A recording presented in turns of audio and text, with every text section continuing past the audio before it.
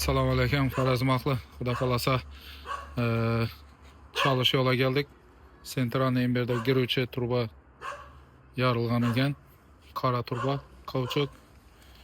Inshuni yotgan qora turbadan. Shuni hozir davleniyasini bossalar, tekshiramiz. Inshada bir 5-6 metr yerni kuzatib boringlar. Yana 99% sesini eshittiradi qani. Sesini bir tuttu. Suv geleceğim. Qani. Bo'ldi ana. Yer, toshing. Ko'rma. Şunda diagnoz. Yine ucu betonun arasından kaynap çıktı. Bu teşken inşörden berilgen. Yine ucu tapıldı Xudo xolasa. Görmeken bu yana bir göremiz bunu.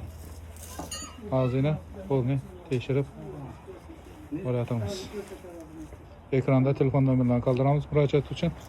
Mardonbek do'stimiz qo'lni xizmatlar bo'lsa aytaverasiz.